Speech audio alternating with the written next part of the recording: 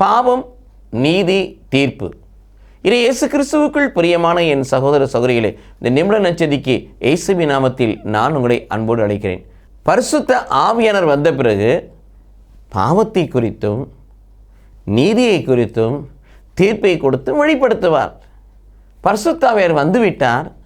வந்த பரிசுத்த ஆவியானவர், பெந்தேகோஸ்தை அனுபவித்து தருகிற பரிசுத்த ஆவியானவர், பாவம் இது பாவம், கடவுளை விசுவசியாமல் இருப்பது பாவம் என்பதை உணர்த்துகிறார். ரோமர் 14:23 பிரகாரம். நீதி ரோமர் 4:3 பிரகாரம் ஆபிரகாமின் விசுவாசம் அவருக்கு நீதியாக எண்ணப்பட்டது. கடவுளத்தில் நாம் நம்பிக்கை கொள்வோம் என்றால் அதனுடைய பார்வையிலே நீதியாக இருக்கிறது.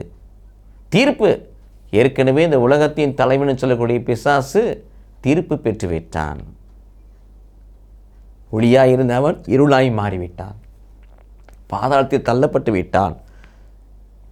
தன்னை மட்டும் தாழ்த்தப்பட்டு விட்டான். தீர்ப்பு பெற்று விட்டான். ஆகவே அத்தகைய தீர்ப்பு பாவத்தில் வாழ்வோருக்கு உண்டு என்பதை இங்கே பரிசுத்த ஆவியானவர் வெளிப்படுத்துகிறார்.